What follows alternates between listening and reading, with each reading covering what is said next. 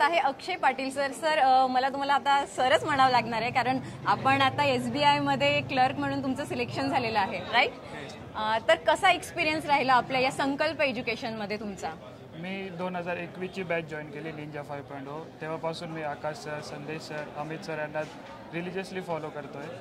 तर जे एवढा होमवर्क दिला ऑनलाईन, मी घरी बसून अभ्यास करत होतो, तर तेवढा होमवर्क मी नीट केला आणि माझे कन्सेप्ट क्लिअर होत गेले आणि मी तसं तसं पुढे चालत गेलो.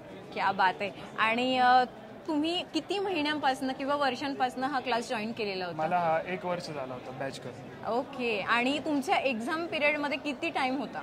माझ्या एक्झाम पिरियडमध्ये आता जवळपास 6 महिने झाले होते मॅम. बॅच कंप्लीट होऊन 7-8 महिन्यामध्ये निघून. क्या बात आहे. म्हणजे 6 ते 7 महिन्यात तुम्ही एक्झाम क्रॅक करून. एक सांगू मॅडम, मी आधी पण पहिले थोडा अभ्यास केला होता, त्यानंतर मी बॅच जॉईन केली होती. स्वतः पहिले थोडा अभ्यास केला होता. म्हणजे अभ्यास करायला पाहिजेच, काही का नाही होत, म्हणजे ऍटलीस्ट तुम्हाला थोडंफार नॉलेज असायला हवं.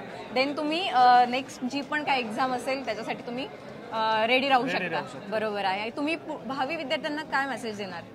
माझा पुढच्या विद्यार्थ्यांना एकच मेसेज आहे की जे विषय सगळ्यांना येतात त्याच्यात आपल्याला फक्त पंडित नाही व्हायचं आहे. त्यात जेवढं येतं सगळ्यांना तेवढं करायचं आहे, पण GA आणि इंग्लिश याच्यावर फोकस करायचा, म्हणजे सिलेक्शन सगळ्यात लवकर होतं. त्यात आपल्याला जास्तीत जास्त मार्क मिळवायचा प्रयत्न करायचा.